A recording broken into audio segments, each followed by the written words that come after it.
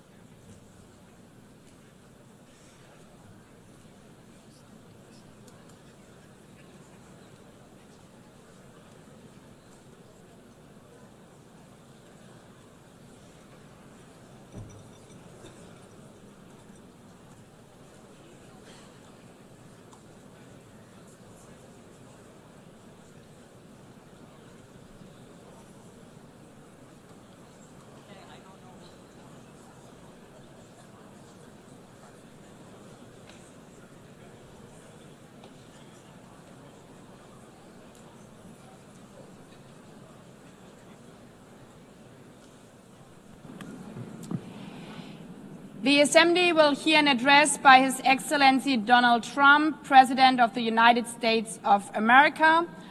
I request protocol to escort His Excellency and invite him to address the Assembly.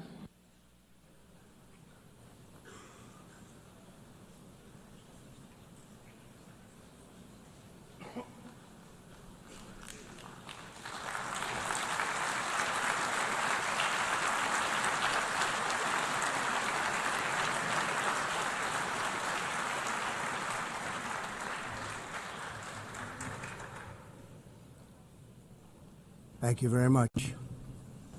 Very much appreciated.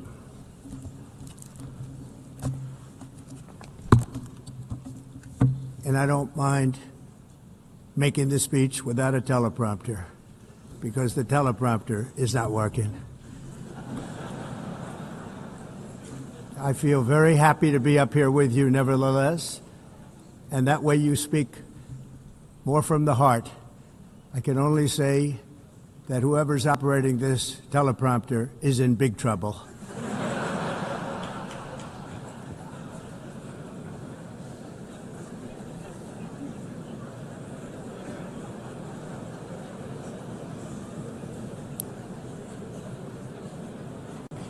Hello, Madam First Lady.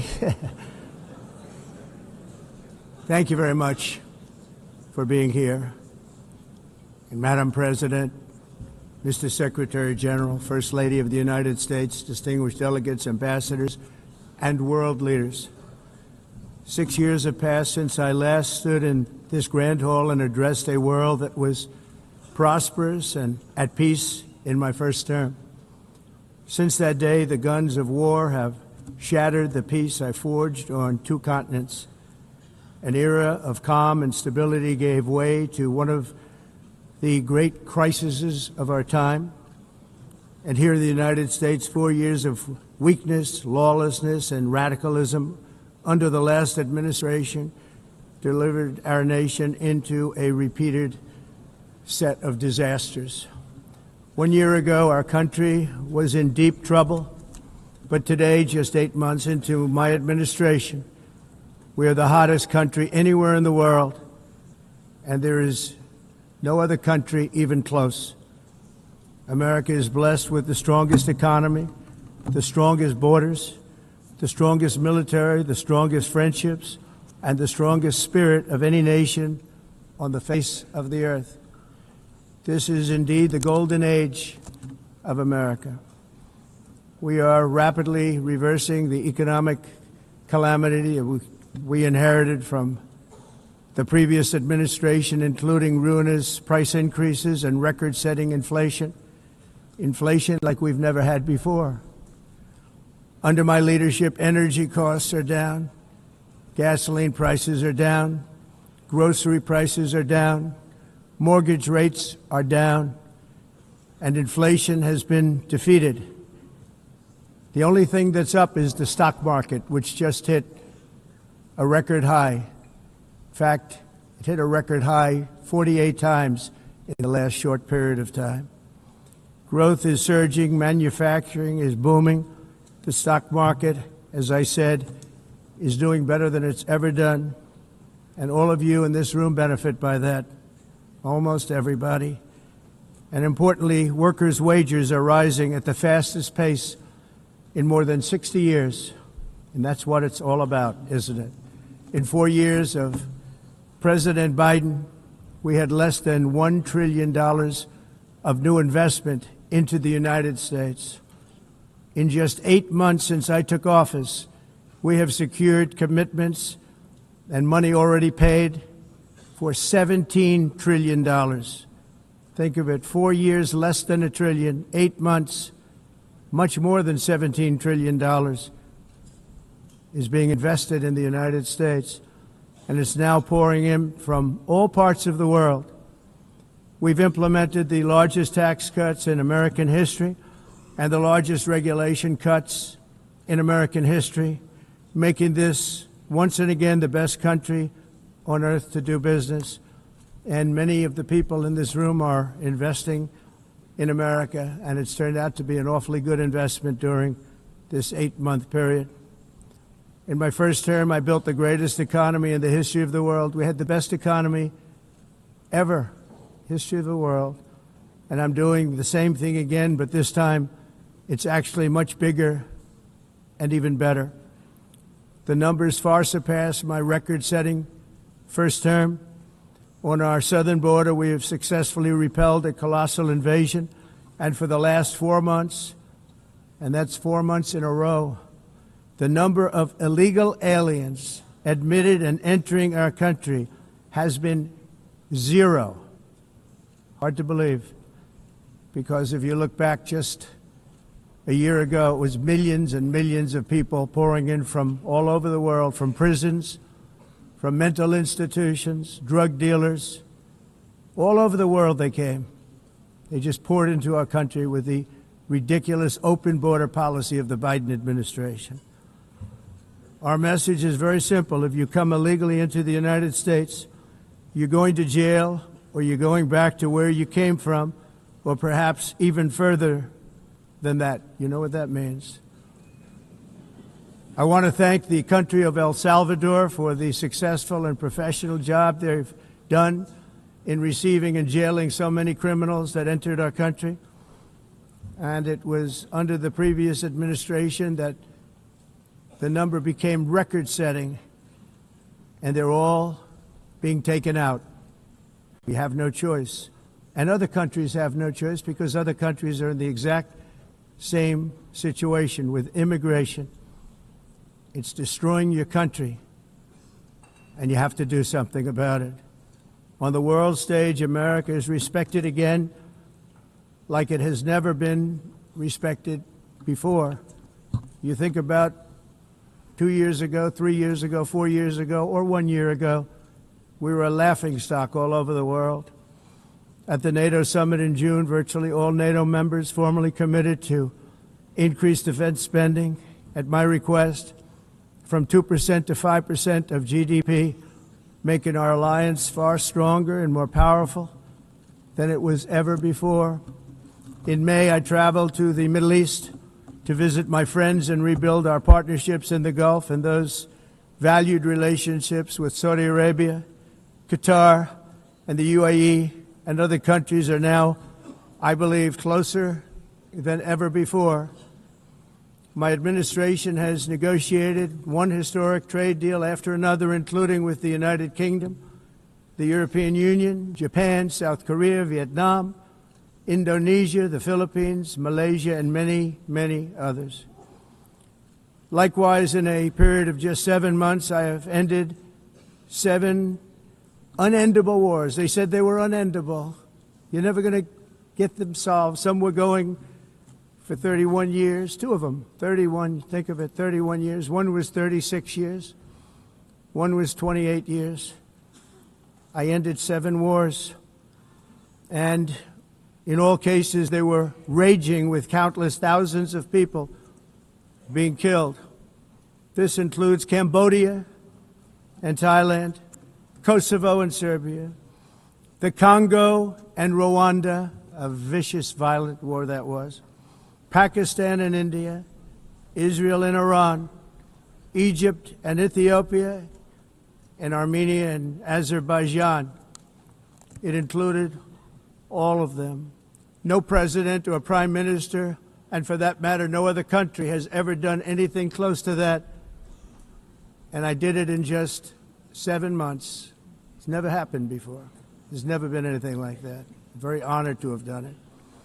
It's too bad that I had to do these things instead of the United Nations doing them. And sadly, in all cases, the United Nations did not even try to help in any of them. I ended 7 wars, dealt with the leaders of each and every one of these countries, and never even received a phone call from the United Nations offering to help in finalizing the deal. All I got from the United Nations was an escalator that on the way up stopped right in the middle. If the First Lady wasn't in great shape, she would have fallen, but she's in great shape. We're both in good shape. We both stood. And then a teleprompter that didn't work. These are the 2 things I got from the United Nations, a bad escalator and a bad teleprompter. Thank you very much. And by the way, it's working now. It just went on. Thank you. I think I should just do it the other way. It's easier. Thank you very much. I didn't think of it at the time because I was too busy working to save millions of lives. That is the saving and stopping of these wars. But later I realized that the United Nations wasn't there for us. They weren't there.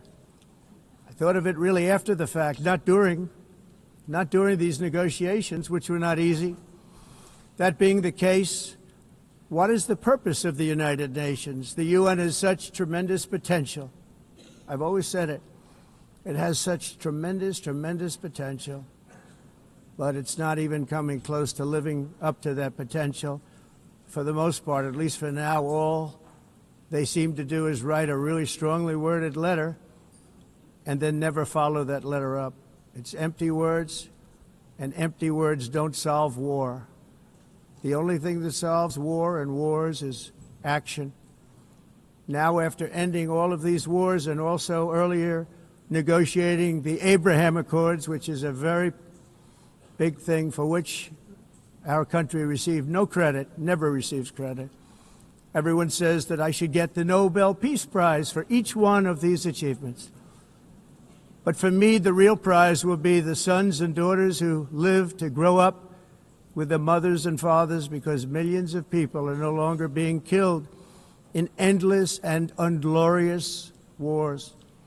What I care about is not winning prizes, it's saving lives. We saved millions and millions of lives with the 7 wars. And we have others that we're working on, and you know that. Many years ago, a very successful real estate developer in New York, known as Donald J. Trump, I bid on the renovation and rebuilding of this very United Nations complex. I remember it so well. I said at the time that I would do it for $500 million, rebuilding everything. It would be beautiful. I used to talk about, I'm going to give you marble floors. They're going to give you terrazzo. I'm going to give you the best of everything. You're going to have mahogany walls. They're going to give you plastic.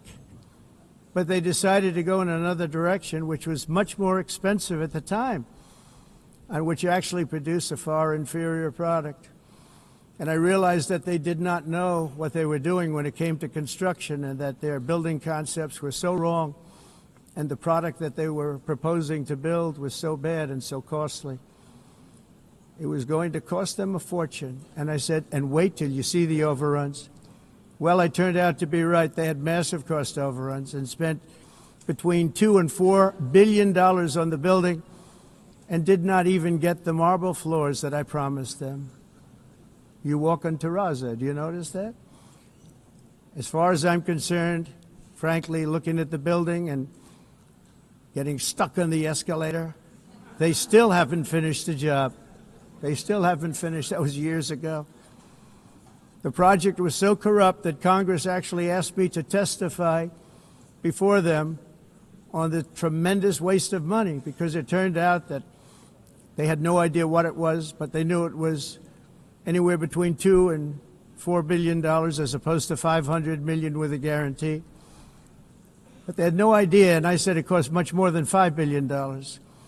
Unfortunately, many things in the United Nations are happening just like that, but on an even much bigger scale, much, much bigger. Very sad to see. Whether the UN can manage to play a productive role, I've come here today to offer the hand of American leadership and friendship to any nation in this assembly that is willing to join us in forging a safer, more prosperous world. And it's a world that we'll be much happier with. A dramatically better future is within our reach. But to get there, we must reject the failed approaches of the past and work together to confront some of the greatest threats in history. There is no more serious danger to our planet today than the most powerful and destructive weapons ever devised by man, of which the United States, as you know, has many. Just as I did in my first term, I've made containing these threats a top priority, starting with the nation of Iran. My position is very simple. The world's #1 sponsor of terror can never be allowed to possess the most dangerous weapon. That's why shortly after taking office, I sent the so-called Supreme Leader a letter making a generous offer. I extended a pledge of full cooperation in exchange for a suspension of Iran's nuclear program. The regime's answer was to continue their constant threats to their neighbors and U.S. interests throughout the region and some great countries that are right nearby. Today, many of Iran's former military commanders, in fact, I can say almost all of them, are no longer with us. They're dead. And 3 months ago, in Operation Midnight Hammer, 7 American B-2 bombers dropped the 14 30,000-pound each bombs on Iran's key nuclear facilities, totally obliterating everything. No other country on earth could have done what we did. No other country has the equipment to do what we did. We have the greatest weapons on earth. We hate to use them. But we did something that for 22 years people wanted to do. With Iran's nuclear enrichment capacity demolished, I immediately brokered an end to the 12-day war, as it's called, between Israel and Iran, with both sides agreeing to fight no longer. As everyone knows, I have also been deeply engaged in seeking a ceasefire in Gaza. Have to get that done. Have to get it done. Unfortunately, Hamas has repeatedly rejected reasonable offers to make peace. We can't forget October 7th, can we? Now, as if to encourage continued conflict, some of this body is seeking to unilaterally recognize a Palestinian state. The rewards would be too great for Hamas terrorists for their atrocities. This would be a reward for these horrible atrocities, including October 7th, even while they refuse to release the hostages or accept a ceasefire. Instead of giving to Hamas and giving so much, because they've taken so much, they have taken so much. This could have been solved so long ago. But instead of giving in to Hamas's ransom demands, those who want peace should be united with one message: release the hostages now. Just release the hostages now. Thank you.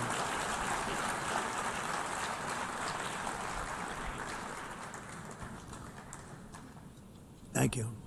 As we have got to come together, and we will come together, got to get it done. We have to stop the war in Gaza immediately. We have to stop it. We have to get it done. We have to negotiate, immediately have to negotiate peace. We got to get the hostages back.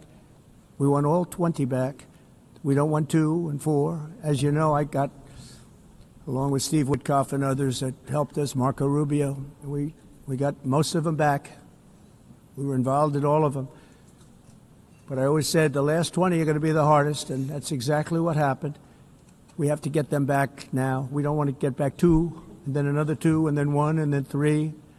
Have this process. No, we want them all back, and we want the actually 38 dead bodies back too.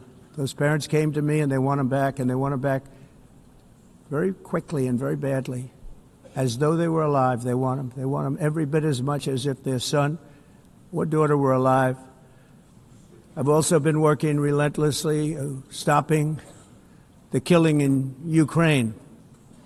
I thought that would be, of the 7 wars that I stopped, I thought that would be the easiest because of my relationship with President Putin, which had always been a good one.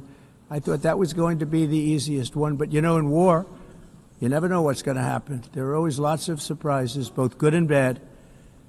Everyone thought Russia would win this war in 3 days, but it didn't work out that way. It was supposed to be just a quick little skirmish. It's not making Russia look good. It's making them look bad. No matter what happens from here on out, this was something that should have taken a matter of days, certainly less than a week.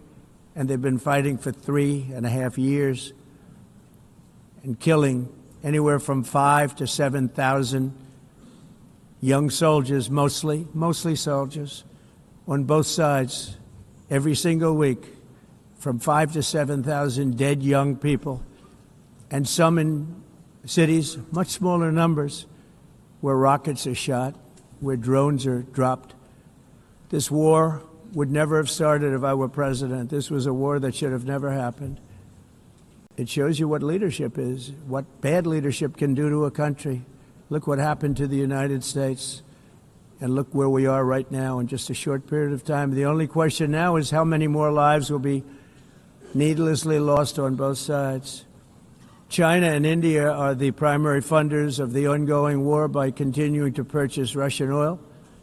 But inexcusably, even NATO countries have not cut off much Russian energy and Russian energy products, which, as you know, I found out about 2 weeks ago, and I wasn't happy. Think of it. They're funding the war against themselves. Who the hell ever heard of that one? In the event that Russia is not ready to make a deal to end the war, then the United States is fully prepared to impose a very strong round of powerful tariffs, which would stop the bloodshed, I believe, very quickly. But for those tariffs to be effective, European nations, all of you are gathered here right now, would have to join us in adopting the exact same measures.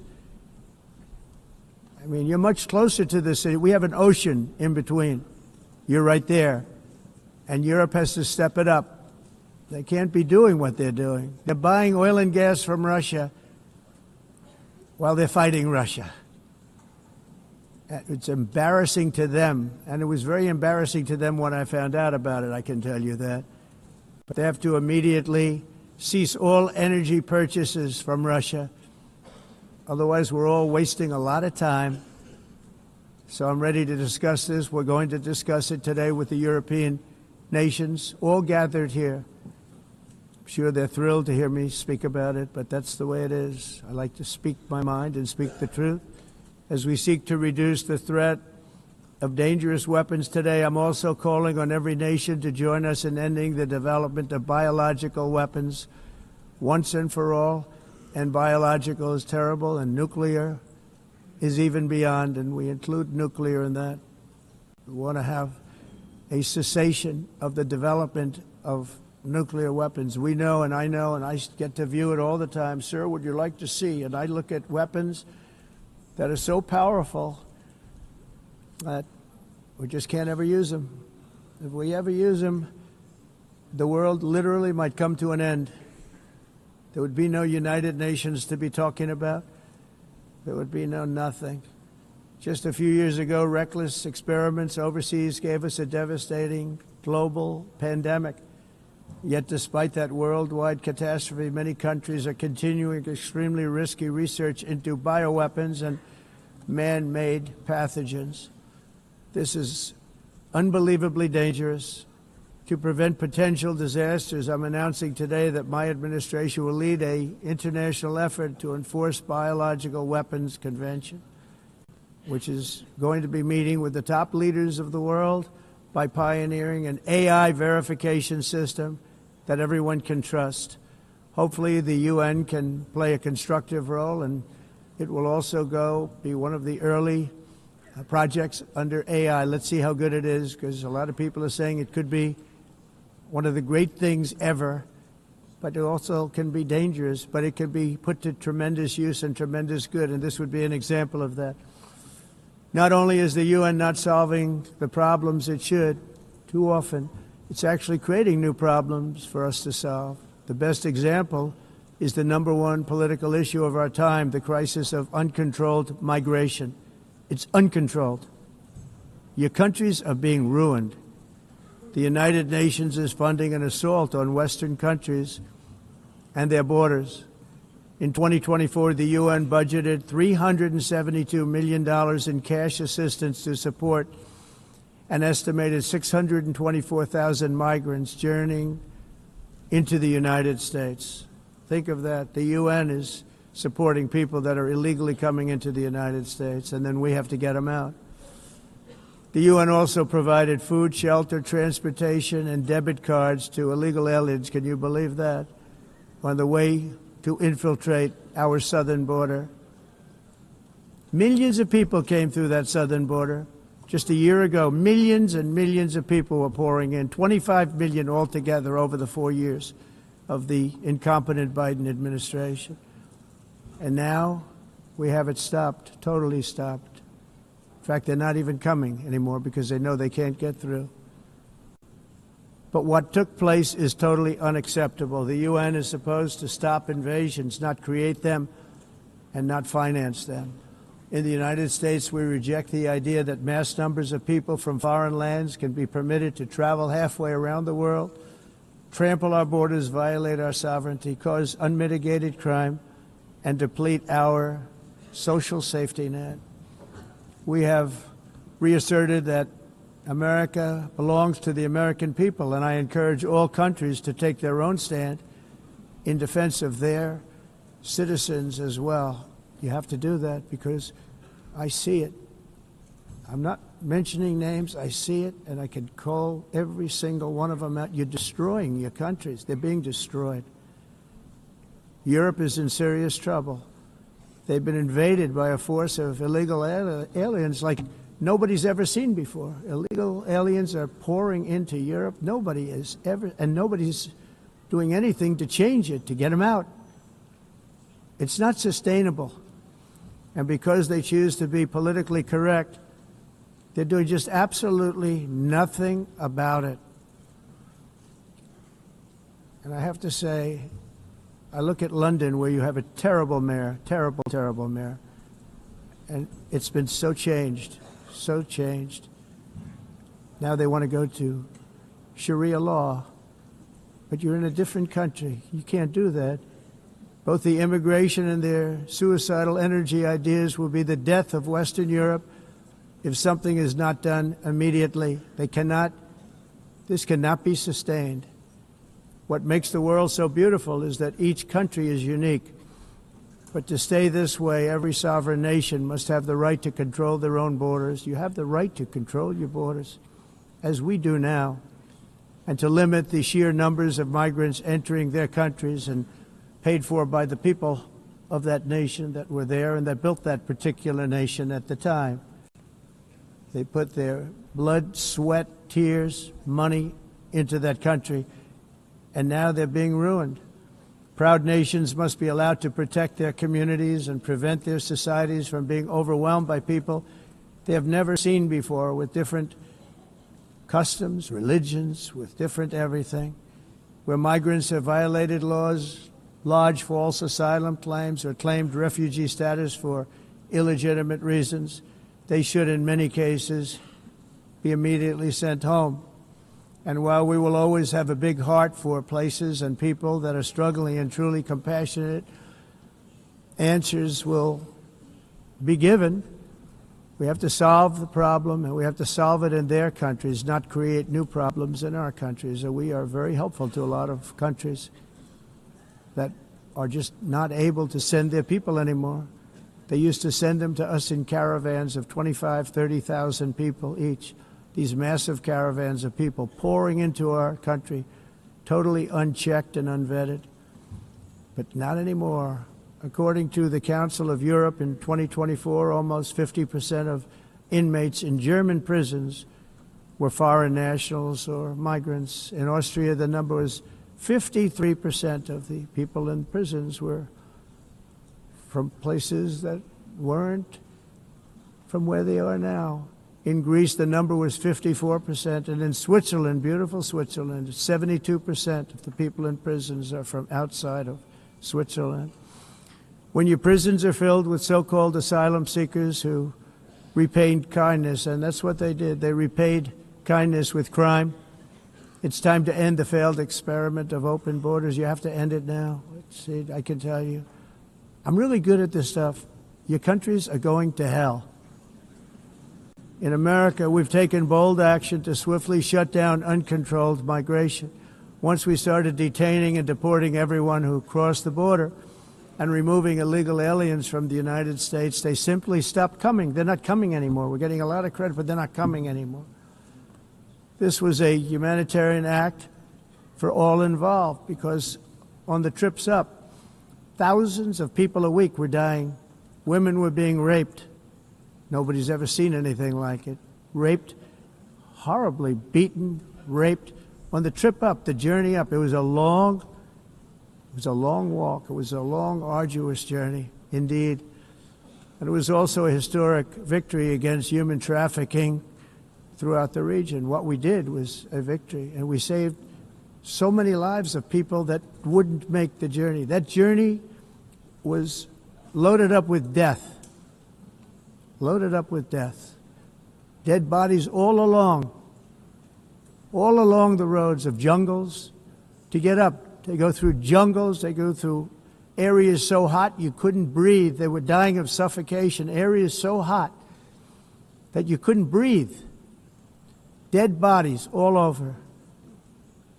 By them not coming, we're saving tremendous numbers of lives. My people have done a fantastic job in doing what they did, and the American public agrees with it. I mean, I was very proud to see this morning I have the highest poll numbers I've ever had. Part of it is because of what we've done on the border. I guess the other part is what we've done in the economy.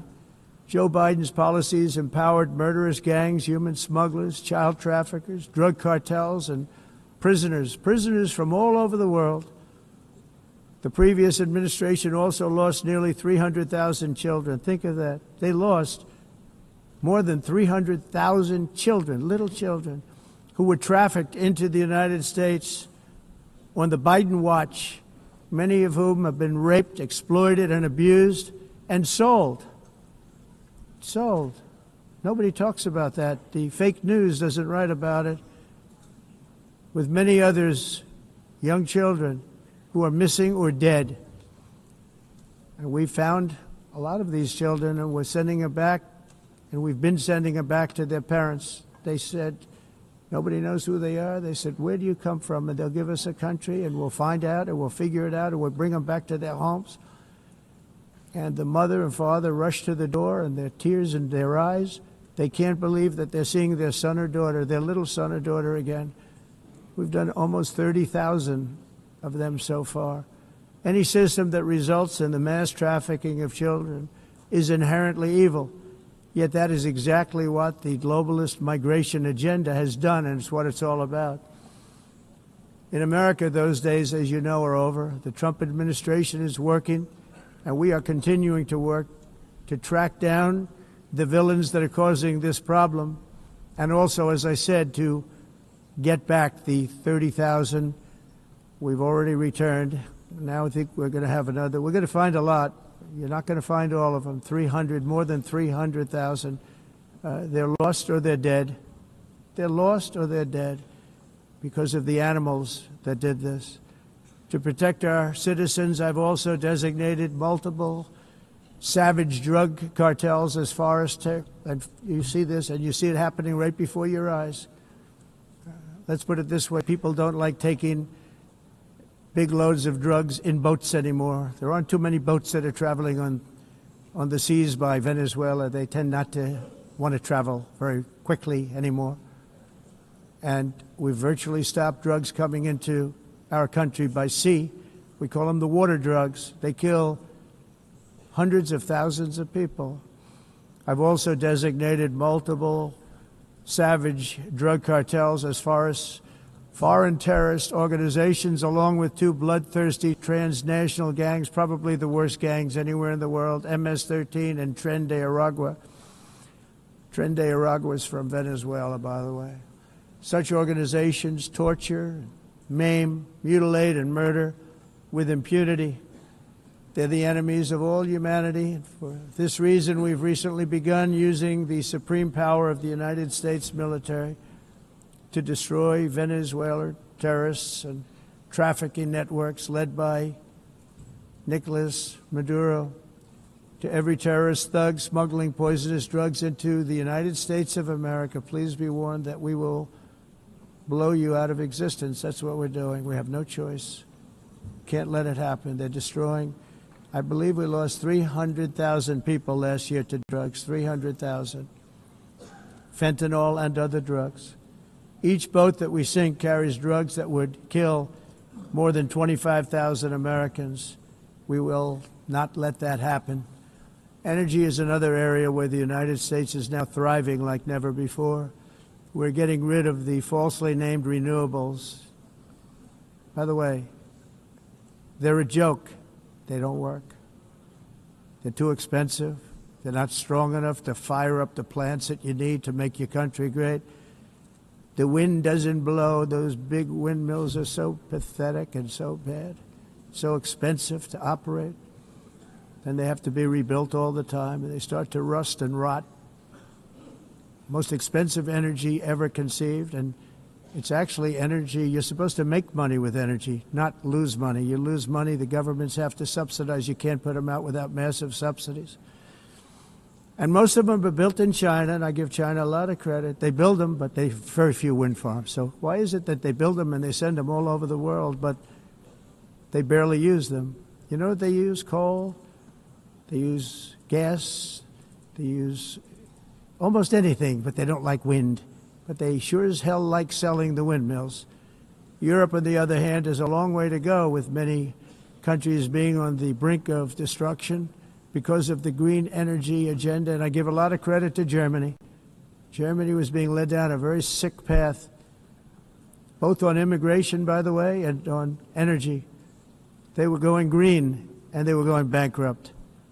And the new leadership came in, and they went back to where they were, with fossil fuel and with nuclear, which is good.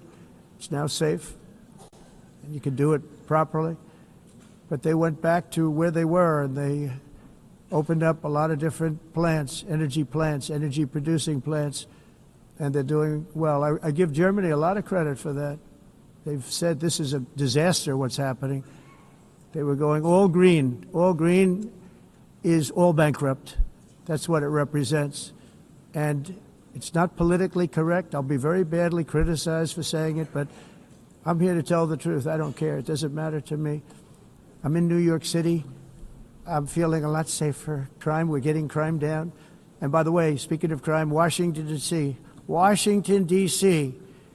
was the crime capital of America. Now it's after 12 days, it's a totally safe city.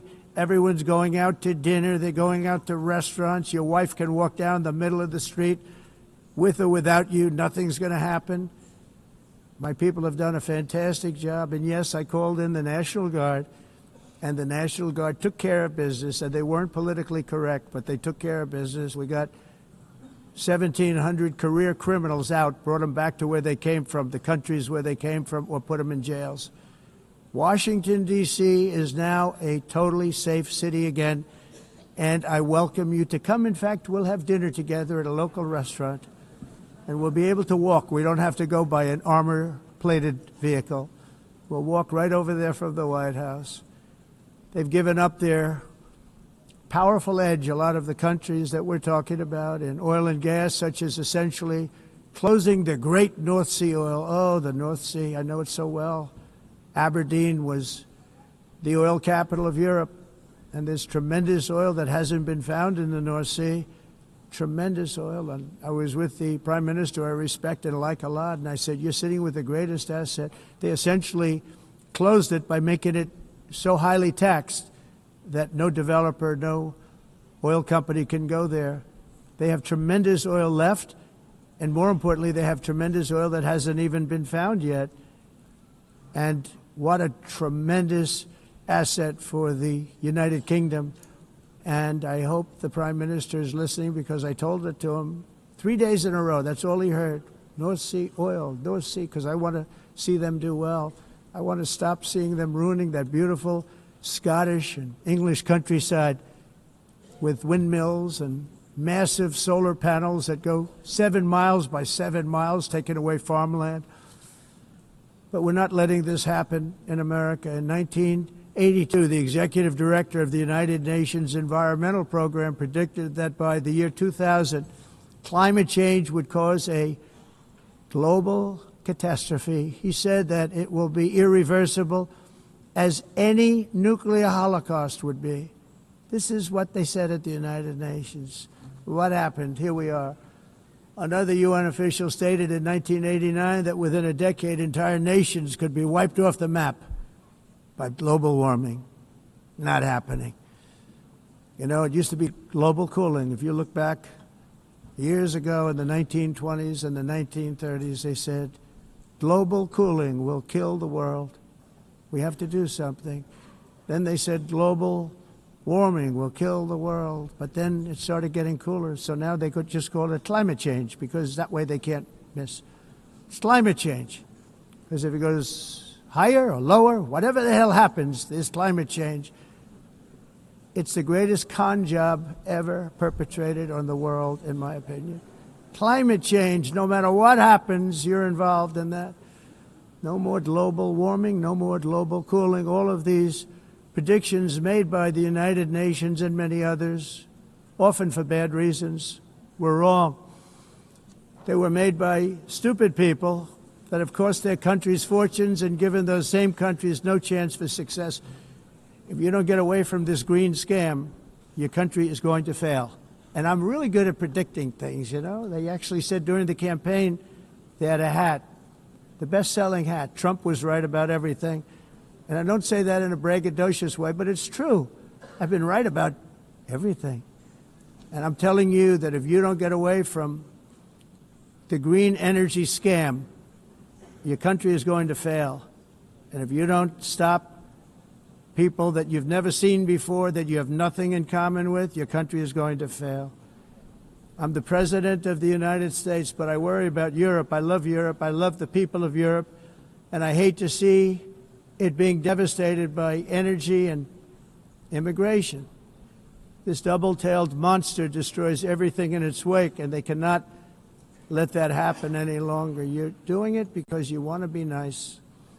You want to be politically correct, and you're destroying your heritage. They must take control strongly and immediately of the unmitigated immigration disaster and the fake energy catastrophe before it's too late.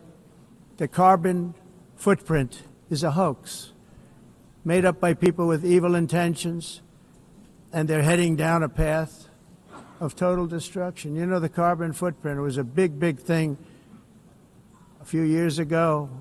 I remember hearing about the carbon footprint, and then President Obama would get into Air Force One, a massive Boeing 747, and not a new one, an old one with old engines that spew everything into the atmosphere. He'd talk about the carbon footprint, we must do so. Then he'd get in and he'd fly from Washington to Hawaii to play a round of golf. And then he'd get back onto that big, beautiful plane and he'd fly back and he'd talk about, again, global warming and the carbon footprint. It's a con job. At extreme cost and expense, Europe reduced its own carbon footprint by 37%. Think of that. Congratulations, Europe. Great job. You cost yourself a lot of jobs, a lot of factories closed, but you reduced the carbon footprint by 37%. However, for all of that sacrifice and much more, it's been totally wiped out and then some by a global increase of 54%. Much of it coming from China and other countries that are thriving around China, which now produces more CO2 than all the other developed nations in the world. So all of these countries are working so hard on the carbon footprint, which is nonsense, by the way. It's nonsense. You know, it's interesting.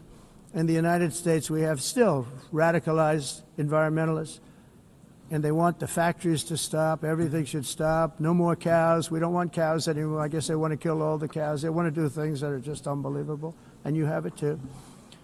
But, you know, we have a border, strong, and we have a shape, and that shape doesn't just go straight up. That shape is amorphous when it comes to the atmosphere. And if we had the most clean air, and I think we do, we have very clean air. We have the cleanest air we've had in many, many years. But the problem is that other countries, like China, which has air that's a little bit rough, it blows. And no matter what you're doing down here, the air up here tends to get very dirty because it comes in from other countries where their air isn't so clean. And the environmentalists refuse to acknowledge that. Same thing with garbage. In Asia, they dump much of their garbage right into the ocean. And over about a 1 week and 2 week journey, it flows right past Los Angeles. You've seen it. Massive amounts of garbage, almost too much to do anything about. Flowing past Los Angeles, past San Francisco, and then somebody will get in trouble because he dropped a cigarette on the beach. The whole thing is crazy. The primary effect of these brutal green energy policies has not been to help the environment, but to redistribute manufacturing and industrial activity from developed countries that follow the insane rules that are put down to polluting countries that break the rules and are making a fortune. They're making a fortune.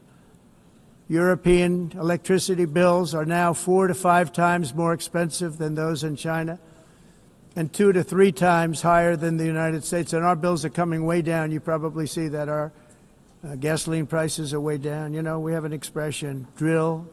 Nós reduzimos os custos de energia porque nós faremos, como a expressão, vamos fazer tudo isso, reduzir os custos de energia, e os custos diminuíram nos Estados Unidos. Common to see one. Por exemplo, se você olhar nos países em faturas de energia, nós não mas nós nos Estados Unidos conseguimos usar eles e evitar aumento da temperatura, porque é muito caro também usar nada e ninguém usa tudo isso. A esse agenda mundialista não tem nenhum sentido. País and it must be immediate. That's why in America I withdrew from the fake Paris Climate Accord, where, by the way, America was paying so much more than every country.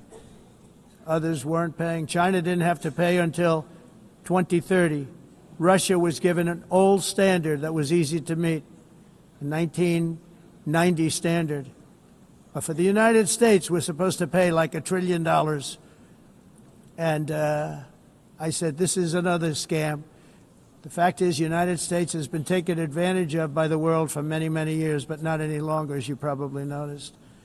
I unleashed massive energy production and signed historic executive orders to hunt for oil, but we don't have to do much hunting because we have the most oil of any nation anywhere, oil and gas in the world. And if you add coal, we have the most of any nation in the world. Clean, I call it clean, beautiful coal. You can do things today with coal that you couldn't have done 10 years ago, 15 years. So I have a little standing order in the White House Never use the word coal, only use the words clean, beautiful coal. Sounds much better, doesn't it? But we stand ready to provide any country with abundant, affordable energy supplies if you need them, when most of you do. We're proudly exporting energy all over the world. We're now the largest exporter. In the United States, we want trade and robust commerce with all nations, everybody. We want to help nations. We're going to help nations. But it must also be fair and reciprocal. The challenge with trade is much the same with climate. The countries that followed the rules, all their factories have been plundered. It's really sad to watch. They've been broken. They've been broken by countries that broke the rules. That's why the United States is now applying tariffs to other countries, and much as these tariffs were for many years applied to us, uncontrollably applied to us. We've used tariffs as a defense mechanism under the Trump administration, including my first term, where hundreds of billions of dollars in tariffs were taken in. And by the way, we had the lowest inflation, and now we have very low inflation. The only thing different is that we have hundreds of billions of dollars flowing into our country. But this is how we will ensure that the system works for everyone and is sustainable into the future. We're also using tariffs to defend our sovereignty and security throughout the world, including against nations that have taken advantage of former U.S. administrations for decades, including the most corrupt, incompetent administration in history, the sleepy Joe Biden administration. Brazil now faces major tariffs in response to its unprecedented efforts to interfere in the rights and freedoms of our American citizens and others, with censorship, repression, weaponization, judicial corruption, and targeting of political critics in the United States. I have a little problem saying this because I must tell you, I was walking in and the leader of Brazil was walking out. We saw him, and I saw him, he saw me, and we embraced. And then I'm saying, can you believe I'm going to be saying this in just 2 minutes? But we actually agreed that we would meet next week. We didn't have much time to talk, like about 20 seconds. They were in retrospect, I'm glad I waited because this thing didn't work out too well. But we did talk. We had a good talk, and we agreed to meet next week, if that's of interest.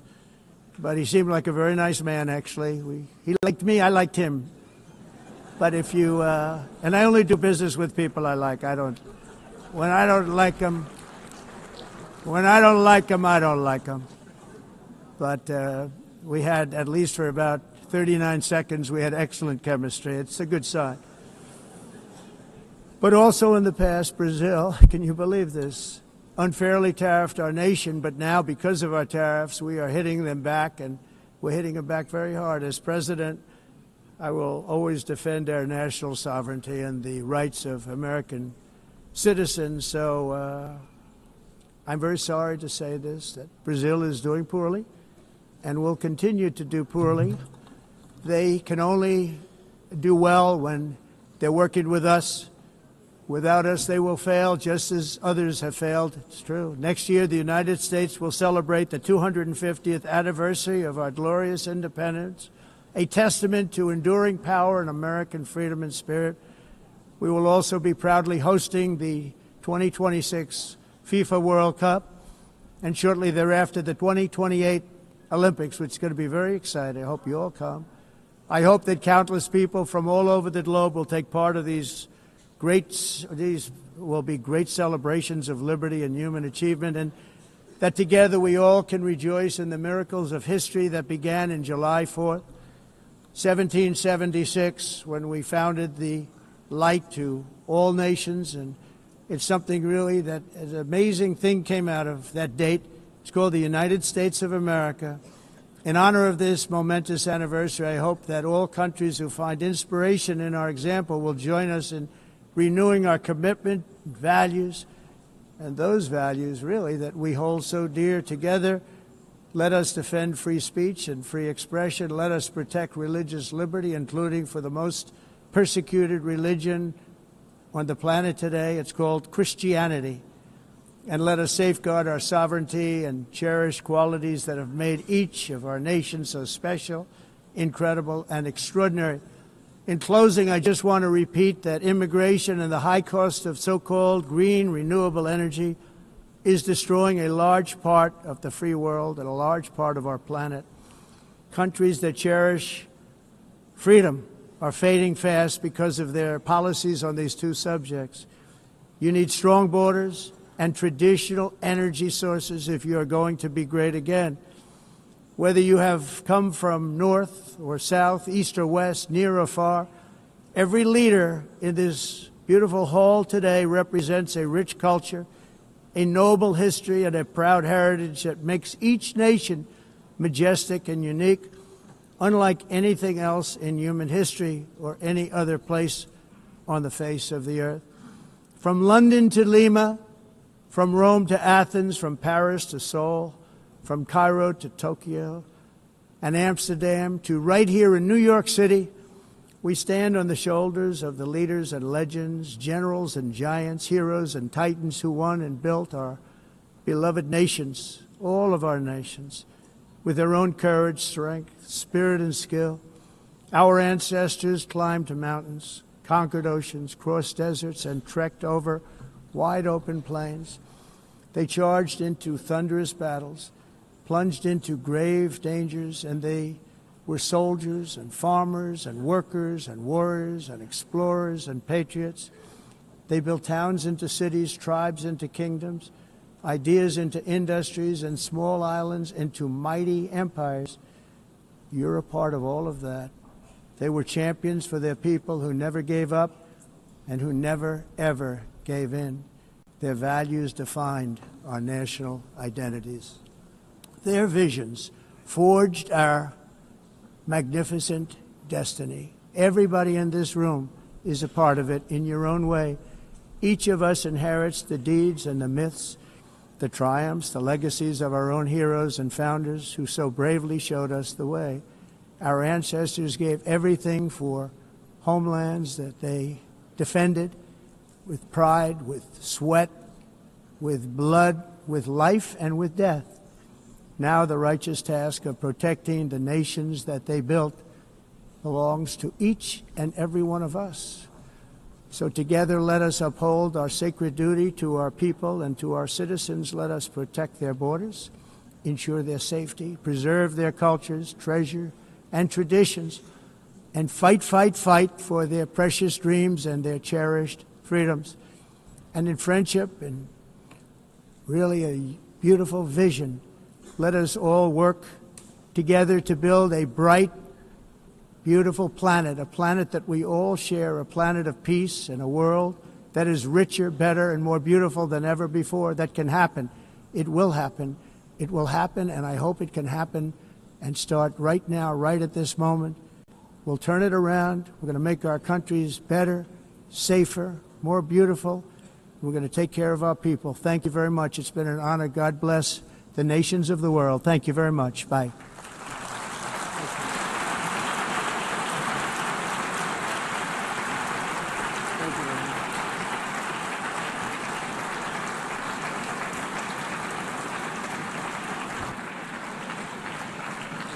On behalf of the Assembly, I wish to thank the President of the United States,